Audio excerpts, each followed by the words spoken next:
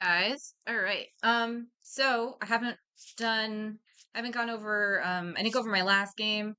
But I did end up winning second place in the tournament, so I had won all three games.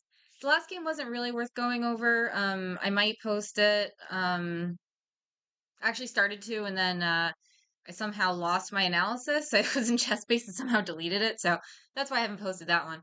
But anyway, this was actually a really good game. So I started playing the next tournament at Santa Monica Chess Club, and it's only 30-minute games, no delay. So, interesting format. We played two games. First one not worth going over. The second one was though. I was playing someone who has played very few tournaments. He has a provisional rating of like 800, but he played really well. Especially given that he won his first round, so he must have been playing someone around 1700 the first round and won. So I was and I was very impressed with how he played. So I'm gonna go over this game. Um, so he played kind of an obscure line in the French. Like usually I don't see knight c3, but it's not bad. This is not good though. Queen e2, not horrible. I'm only like slightly better now. Um, it's a game. He can do that. It's not horrible. But I'm just saying, bishop e7 is the correct response to that though. Okay, castles. So interestingly enough, I went bishop g4 with the idea of provoking f3. But as soon as I go bishop f4, it's actually even now, because f3 is not bad for him. In fact, I'm kind of giving him an extra tempo because he really should. His pawn belongs on f3 anyway. He is controlling the e4 square this way, right? He's stopping my knight from coming in. This way he can go queen d2, bring his knight in via e2, and maybe going to f4, putting pressure on d5.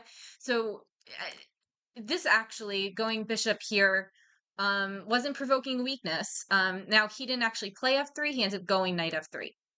But anyway, so I'm still slightly better here. Now on the other hand, my pawn does not belong on c6. It is better to develop my knight there. So also, if I ever want to go pawn c5, I've wasted a tempo. All right, h3, bishop here. This game starts to get really interesting. So he goes g5 here. I thought this was very interesting. The engine doesn't like it. It now evaluates this as slightly better for me. But the reason is not, so I took the pawn, in which case I'm actually, it's still about even, and maybe even a little worse here. But I actually could have gone knight e4 because he cannot take this pawn. Because if he does that, his bishop hangs, right? So he can't do that. Sorry, hold on. So I did not see that. I just took on g5. He took with the bishop. Now I go knight e4. Takes. Should have taken with the bishop.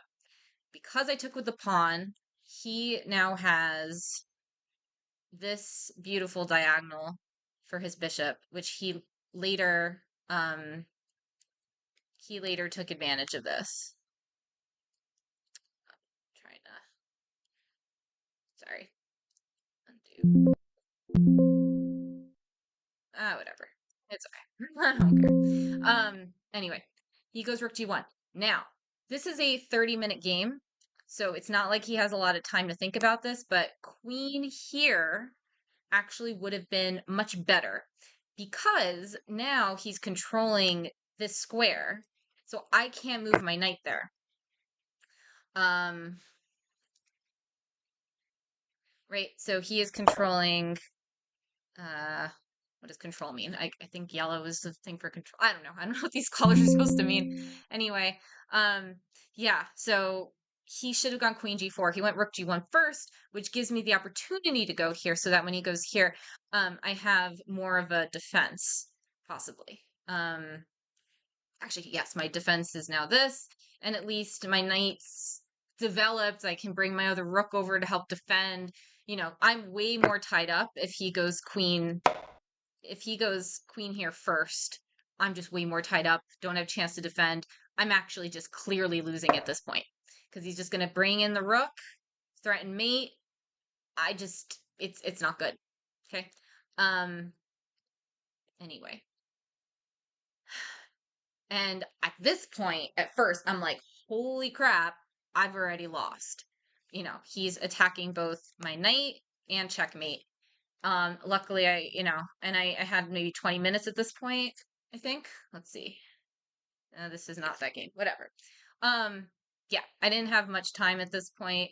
But I found F5 and I was like, oh, thank God. But then he comes straight in with this, like I was telling you, he's got this beautiful diagonal here. Um,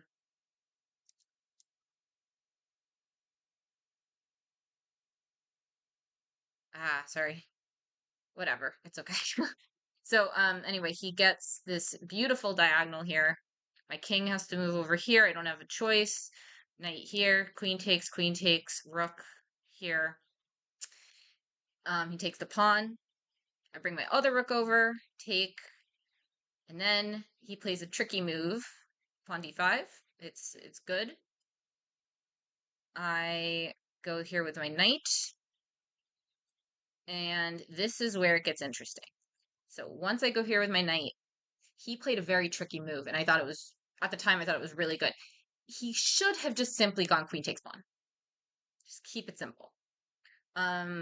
This tactic doesn't work because it just simply bishop takes, so there's no discovered on the queen.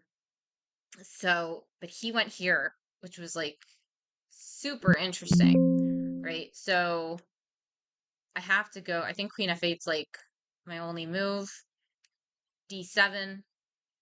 I take the queen and then he queens. This is like super interesting. And he's still winning here. It's just not as good. At least I think he's still winning here. Let's see. Game.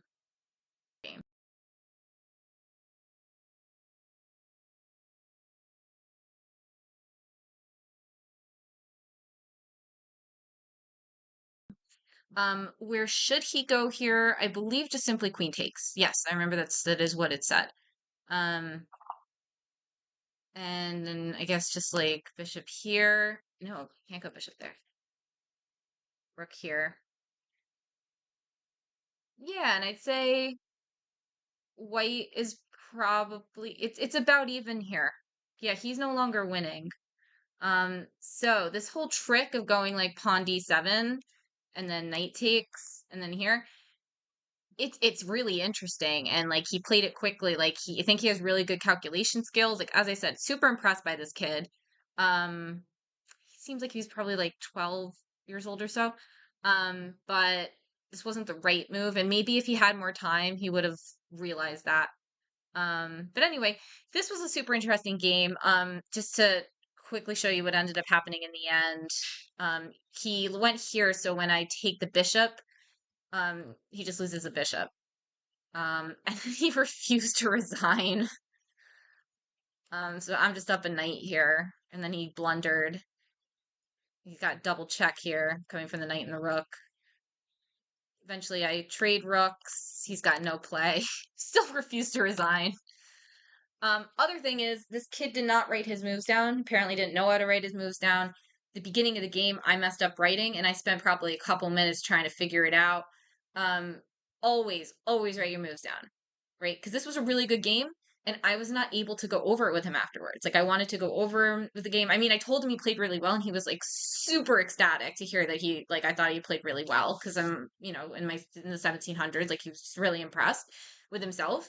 But we couldn't go over the game because like at the time I was really tired and the notation was wrong and I just like couldn't remember how the game even started. So because I messed up writing after like move 5 or something.